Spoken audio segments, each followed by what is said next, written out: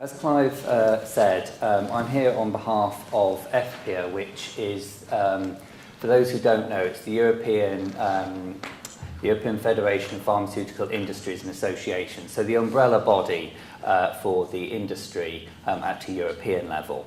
And when I was invited to this talk, I was actually the vice chair of the Research and Animal Welfare Committee at EFPIA. Actually, in the last couple of months, I've just come off that committee, but hopefully I'm still aware enough of what's going on to speak today on behalf of EFPIA. And also at the UK level, the Association of British Pharmacological Industries, the ABPI, inputs to EFPIA and brings together the UK pharmaceutical industry in terms of providing a voice on matters such as this. And then my day job is at Pfizer. Now, I first stepped into this arena about 3 years ago when I took over from Colin Dunn as the Pfizer representative on the Research and Animal Welfare Committee at EFPIA. And he said, don't worry, there's not a lot to do. They've been talking about this directive for years and nothing ever happens. And just as I came into it, the draft legislation was published at the European level, and it's been non-stop ever since. And a key driver behind the directive being brought forward at the European level was to think about ensuring high animal welfare standards, but also promoting research and competitiveness across Europe and striking that balance between creating, and in doing so, creating a level playing field across Europe. Because as Clive said, in certain European member states, I think there'll be a big change on January the 1st to the legislation they currently work under. And I think in the UK we have a privileged position in that the changes will be there, but they will be less dramatic than they would have been. But from an industry point of view, whether you're operating in the UK or in Europe, it's important, I think, to put the industry in perspective. And I thought I'd do that by just showing, which is not projecting terribly well, just showing a map of the world and showing where Pfizer has R&D activities that use animals across the world. And until last summer, we did have a large facility in Sandwich that had a large research and toxicological group. Now it's just a smaller group in Cambridge. We also have activities in other parts of Europe, but there's a lot of activity going on in the States. And I haven't included here where we outsource studies to CROs in mostly India and China, where they do quite a bit of our pharmacokinetics work, and in the future I think we'll do more and more studies for us. So the point I want to make with this slide is really that the industry is a global industry, and the UK is just one part of that. And that mid and large size pharma, they operate across the world, and their R&D occurs in places in the world where there's a strong base of innovative scientists, there's the infrastructure and the facilities and suppliers to support that. There are clinical institutions with access to patients and patient samples. And then economically, there's the cost structure, the tax laws and other financial aspects. But importantly, there's a favourable legislative framework for operations. And I would say, going down that list, the UK does pretty well on most of them. And we just need to make sure that that is maintained going forwards. Because traditionally, the countries that have ticked those boxes above have been the US, the UK, a good number of European countries which have quite a lot of variability in some of those factors. But increasingly, China, India, Singapore and so on are coming online in terms of this global industry. So in bringing forward legislation, we need to make sure that we keep in mind the animal welfare and keeping the standards high and the public confidence. But we also need to balance that against competition, not just in Europe, but across the world. And in the industry, we're using animals for a whole range of different reasons. At the beginning of the process, I guess, is understanding the biology that then leads to the identification of new targets, often done in collaboration with academics. So a vibrant industry environment also helps to provide collaborations and funds for that to academics in their local area and also more broadly. And then we're using animals for efficacy studies in terms of understanding if our potential new drugs work. animal safety studies, the toxicology studies and regulatory studies of a variety of sorts that we need to do both before entering humans and during the whole process. And also understanding the pharmacokinetics and metabolism of drugs from animal studies before going into humans. And then in drug development, there's the full toxicology, carcinogenicity, and so on. And a small number of animals are used in looking at drug formulations and their performance in vivo. And we use basically the full gamut of species. Rats, mice, dogs, and non-human primates are probably make up the bulk of the animals or the species we use in very different proportions, I should say. But also a broad range of other species are used depending upon what the application is. For veterinary medicine, obviously farm animals are very important. The use of transgenic mice, increasingly the use of fish, especially zebrafish, but also a broader range of different species. Rabbits, mini pigs, and then certain other species in smaller numbers for very specific applications. So basically, the industry is a broad user of animals, and therefore the legislation in all its aspects will be applying to the industry.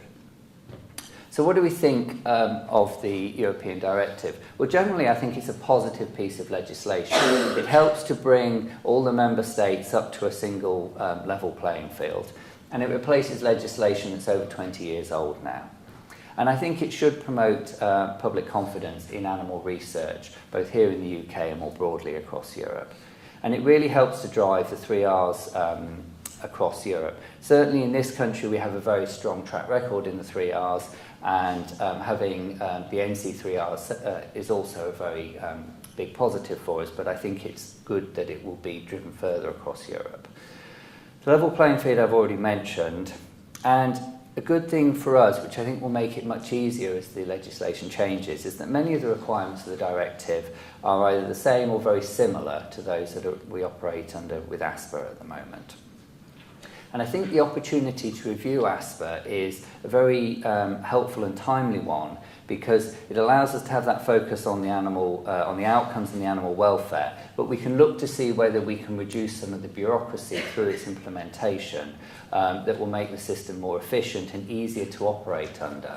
And you know, we've learned a lot with ASPR over the last 20 years, so I think we can focus and retain the really good bits, and then for some of the pieces where perhaps the paperwork was more onerous than we might like, see whether we could simplify some of that without impacting on the overall benefits that it brings.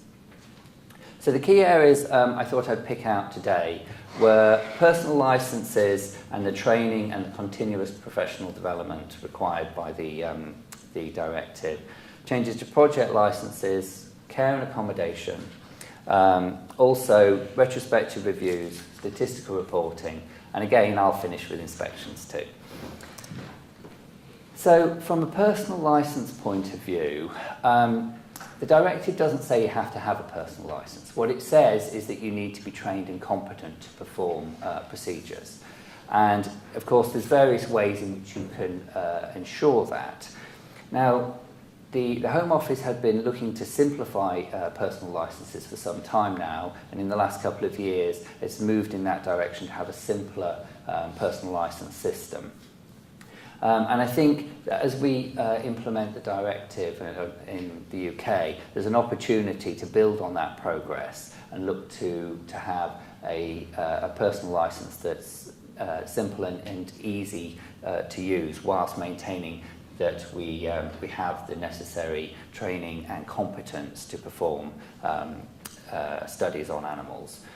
And it's perhaps an opportunity to look for authority to perform generic types of work rather than a very specific list of techniques. Because I think what we would look to do is try and have a personal license system that doesn't require constant updating if the differences in the studies that people will be performing are quite small and do not impact upon their competence. I.e., you don't want to have a very long list of different things you need to tick off. What you need to be is trained and competent to perform those studies. So if we could reduce the number of times the personal licence has to be going backwards and forwards to the Home Office, I think that would be helpful in terms of the amount of administration that takes. Now, we do need to make sure that we have training records that can support that you are trained and competent.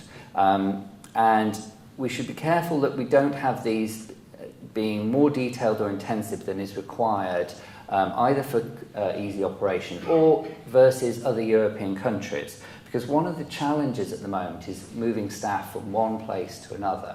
And I guess this is the same for academics. If you have a UK personal licence and you wish to go and work in, say, Germany or Scandinavia, actually translating that over can be quite difficult.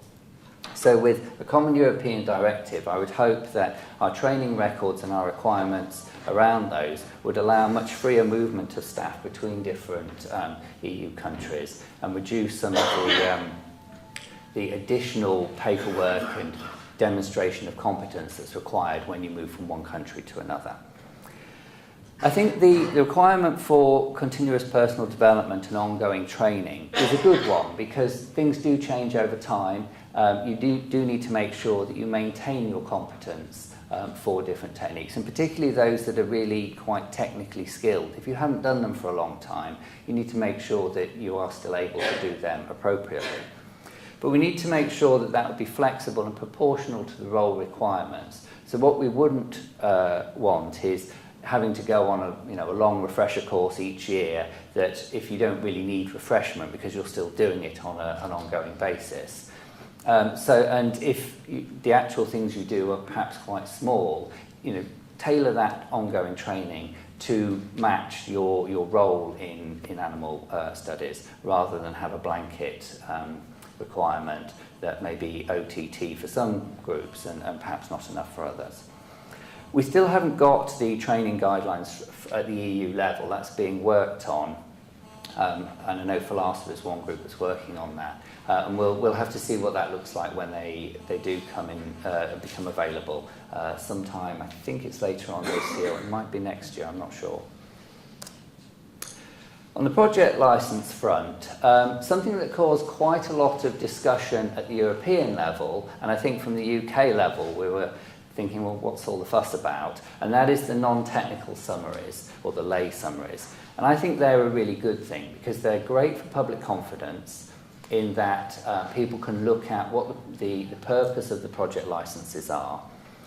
And by bringing in requirements to include certain key points in the non-technical summary, I think that should promote a greater consistency in the way they're written and the information they provide, which I think will help with public confidence. And also, I think will kind of focus the author's minds on what needs to be in there in terms of providing that lay information of what the purpose of the project license is, and at a high level, what it is you're actually going to do and why.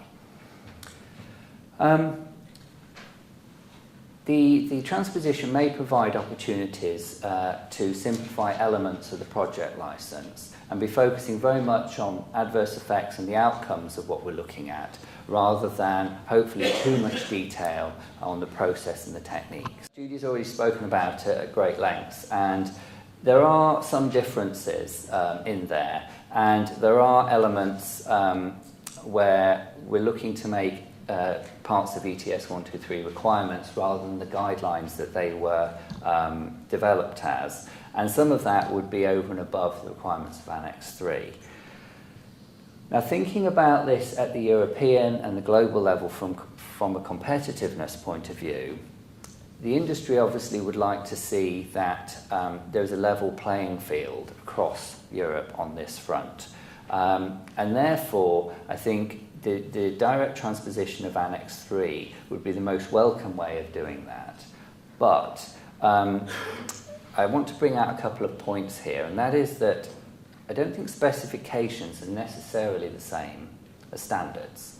And what we really need to be doing is looking at what's the scientific evidence to support or refute that there is an impact on animal welfare by changing some of the specifications required around care and accommodation.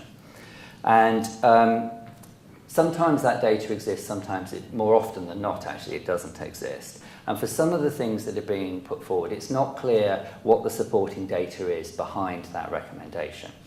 Now I think it's important I make clear at this point that in stating this is from the industry point of view, and not all members, the vast majority, but not all members of the Bioscience Coalition are necessarily at the same place on this point. So I just want to make that clear before going on.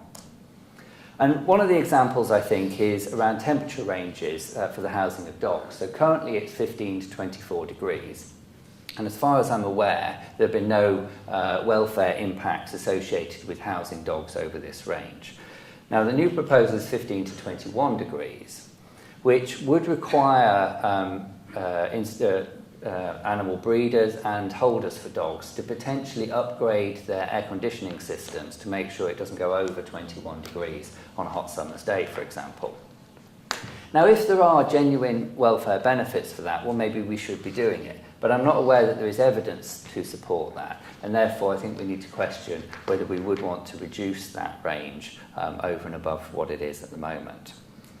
Another point is around single housing for dogs. So the Annex 3 does state that they shouldn't be singly housed for more than 4 hours, and therefore it would require a project licence to ask to do that. For example, in PK or toxicological studies, you want, and in fact, for scientific reasons, probably need to be able to singly house them.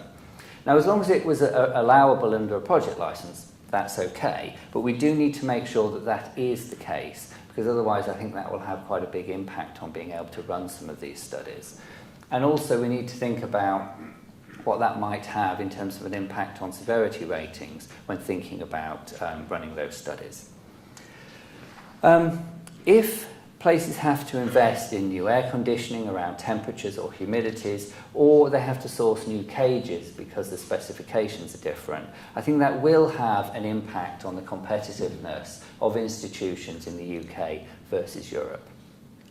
And that's likely to have a bigger impact, I think, on breeders and suppliers who perhaps have a larger volume of caging and a different stocking density model to some of the animal facilities, at least in large pharma, from comparisons that I've been able to make over the years. And we mustn't forget that economic impact that that could have. And whilst that may not be an impact today, because the cages we have are suitable, in the future when you either open a new unit or need to update your equipment and caging, that could be a significant impact.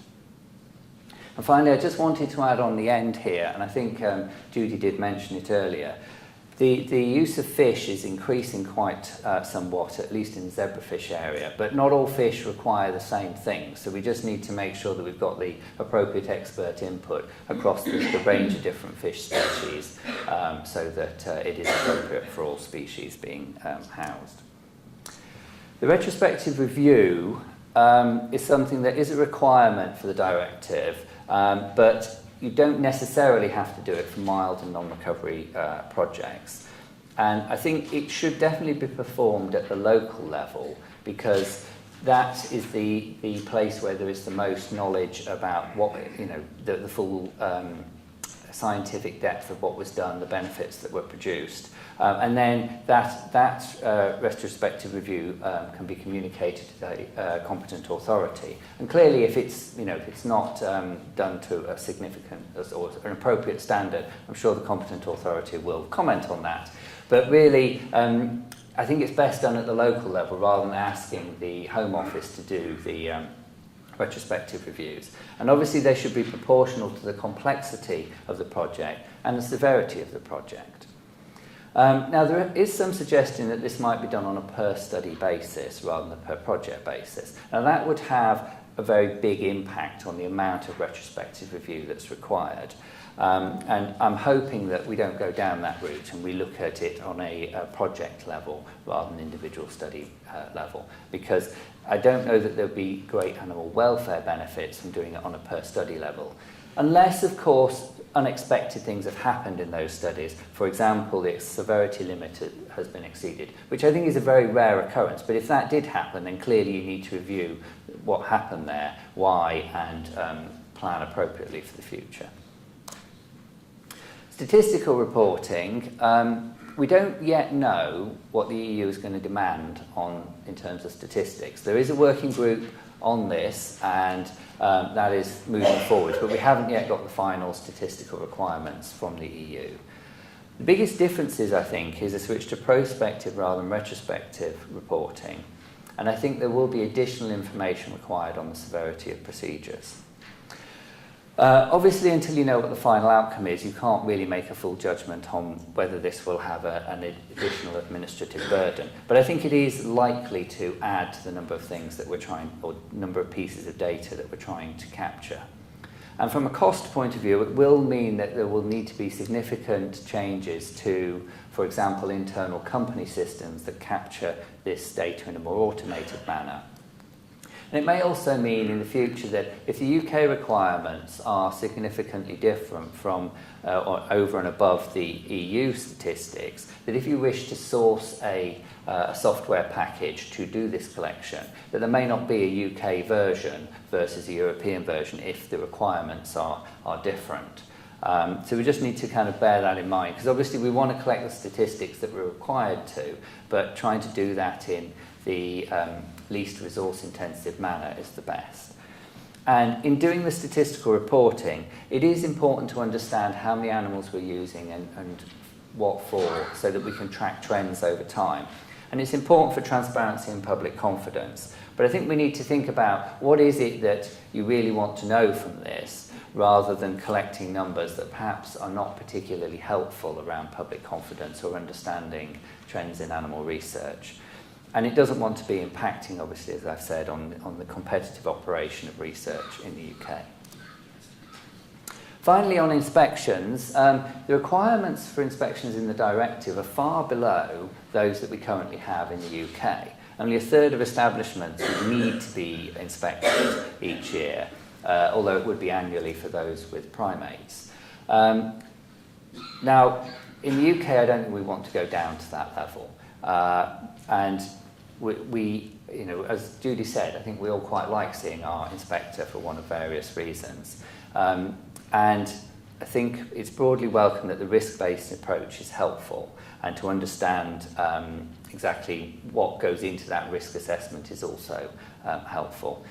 So I think we are in favour of keeping a much higher number of inspections, because I think that's very important for public confidence. If you never saw your inspector, it's difficult to say to the public that, well, you know, of course we're definitely up at standards, because you haven't been inspected for a large period of time.